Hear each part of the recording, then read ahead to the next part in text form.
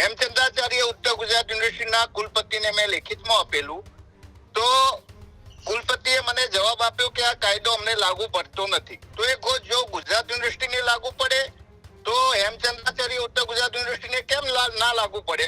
કાયદાની અંદર આ પ્રોવિઝન છે અને અમે કાર્યવાહી કરવાના છે.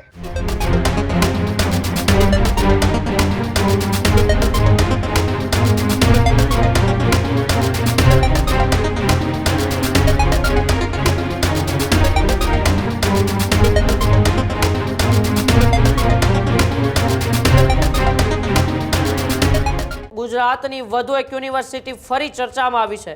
પાટણની હેમચંદ્રાચાર્ય ઉત્તર ગુજરાત યુનિવર્સિટી એ ચર્ચામાં આવી છે. યુનિવર્સિટીના ઈસી કારોબારી સભ્ય મુકેશ પટેલનું સભ્યપદ રદ કરવામાં આવ્યું છે. સરકાર દ્વારા મુદત પહેલા સભ્યપદ રદ કરવાનો નિર્ણય કરવામાં આવ્યો છે. વય મર્યાદાને લઈને કાર્યવાહી કરાઈ હોવાની ચર્ચા અત્યારે થઈ છે. 6 મહિના બાકી હોવા છતાં સભ્યપદ રદ થતા અત્યારે વિવાદ છેડાયો છે. શૈક્ષણિક જગતમાં મુદ્દો ટોક ઓફ ધ ટાઉન બન્યો છે. યુનિવર્સિટી વર્તુળોમાં પણ ભારે ચર્ચાઓ જાગી છે કે કેમ એ સમય મર્યાદા પહેલા મુકેશ પટેલનું સભ્યપદ રદ કરવામાં આવ્યું છે. વય મર્યાદા મુદ્દે અગાઉથી રજૂઆત થઈ હોવાની વાત પણ સામે આવી છે. ત્યારે પાટણના ધારાસભ્ય કિરીટ પટેલે આ મામલે રજૂઆત કરી હતી. થોડાક મહિના પહેલા સરકાર સમક્ષ આ મુદ્દો મૂકવામાં આવ્યો હતો. હવે સરકારની કાર્યવાહીથી ચર્ચા તેજ થતી જોવા મળે છે. યુનિવર્સિટીની કાર્યપદ્ધતિ પર પણ સવાલો ઊભા થઈ રહ્યા છે કે કેમ એ મુકેશ પટેલનું સભ્યપદ અચાનક રદ કરવામાં આવ્યું, જ્યારે 6 મહિના જેટલી તેમની હજુ પણ એ જે સરકારી નોકરી હતી એ બાકી હતી, પરંતુ તે પહેલાં જ વય મર્યાદાના લીધે તેમનું સભ્યપદ રદ કરી દેવામાં આવ્યું. આ પહેલાં એટલે કે 6 મહિના પહેલાં પણ એ ત્યાંના ધારાસભ્ય કિરીટ પટેલ આ મુદ્દો ઉઠાવ્યો હતો. સરકારની અંદર તેમણે રજૂઆત પણ કરી હતી કે આ મામલે હવે શું કરવાનું છે ને તેને લઈને જ હવે આને લઈને સરકારે એ નિર્ણય લીધો છે. અને નિર્ણય એવો લીધો છે કે ક્યાંક ને ક્યાંક એ જે મુકેશ પટેલ છે તેમનું સભ્યપદ અત્યારે રદ કરતા શૈક્ષણિક જગતમાં એક અલગ જ એ ચર્ચાનો વિષય બન્યો છે. મારી સાથે પાટણના ધારાસભ્ય કિરીટ પટેલ જોડાયા છે. કિરીટજી, આપે થોડા સમય પહેલા એ રજૂઆત પણ સરકારની અંદર કરી હતી અને હવે સરકારે નિર્ણય કર્યો છે કે મુકેશ પટેલનું સભ્યપદ રદ કરવામાં આવશે અને તેને લઈને જે શૈક્ષણિક જગતમાં ભારે ચર્ચાઓ થઈ રહી છે. આપની પહેલી પ્રતિક્રિયા શું છે?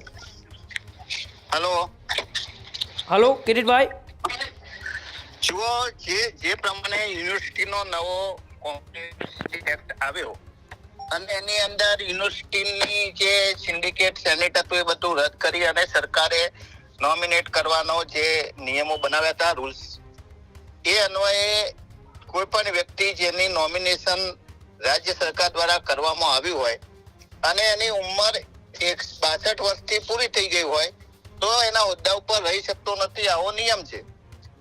અમારા સાથી ધારાસભ્ય કૌશિકભાઈ જૈન અમદાવાદના, એમને પણ ગુજરાત યુનિવર્સિટીની અંદર આ રીતે સેનેટ સભ્ય તરીકે મૂક્યા હતા અને એમની ઉંમર પૂરી થઈ 62 વર્ષ એટલે તરત જ બીજા દિવસે ગુજરાત યુનિવર્સિટીના કુલપતિએ એમનું સભ્યપદ સમાપ્ત કરી દીધું. હેમચંદ્રાચાર્ય ઉત્તર ગુજરાત યુનિવર્સિટીના કુલપતિને મેં લેખિતમાં આપેલું, તો કુલપતિએ મને જવાબ આપ્યો કે આ કાયદો અમને લાગુ પડતો નથી. જો રાજ્ય સરકારે કોમન યુનિવર્સિટી એક્ટ બનાવ્યો હોય તો એ જો ગુજરાત યુનિવર્સિટીને લાગુ પડે તો હેમચંદ્રાચાર્ય ઉત્તર ગુજરાત યુનિવર્સિટીને કેમ ના લાગુ પડે? એટલે કુલપતિ એમને રદ કરેલા નહીં અને એના પછી મેં વિધાનસભાની અંદર એલેક્ટિવ કરેલો. એલેક્ટિવની અંદર પણ મને જવાબ આપવામાં આવેલો કે હા, એમની નિમણૂક થઈ છે અને એમના 62 વર્ષ પૂરા થયા છે, કાયદાની અંદર આ પ્રોવિઝન છે અને અમે કાર્યવાહી કરવાના છે. છતાં પણ હેમચંદ્રાચાર્ય યુનિવર્સિટીના કુલપતિએ રદ ના કર્યા અને ફરીથી જ્યારે હું 2 દિવસ પહેલા હું શિક્ષણ મંત્રીને મળ્યો અને ફરીથી મેં જ્યારે એલેક્ટિવ કર્યો અને એલેક્ટિવના આધારે ફરીથી એમને રદ કરવામાં આવ્યા છે. એટલે સૌથી પહેલા તો હેમચંદ્રાચાર્ય ઉત્તર ગુજરાત યુનિવર્સિટીના જે કુલપતિ છે એ કુલપતિ જાણતા હતા કે 62 વર્ષ પછી એમને ચાલુ ના રાખી શકાય, છતાં પણ એમને ચાલુ રાખ્યા. એટલે એમની સમય મર્યાદા 62 વર્ષ પૂરા થયા અને 1 વર્ષ સુધી જે ચાલુ રહ્યા એ કારોબારીની અંદર એમને જે નિર્ણયો લીધા એ પહેલા તો ગેરકાયદેસર બને. જે સભ્ય જ ગેરકાયદેસર હોય એ કારોબારીની અંદર રહી ના શકે. અને એના માટે અમે ફરીથી પણ રજૂઆત કરવાના છીએ.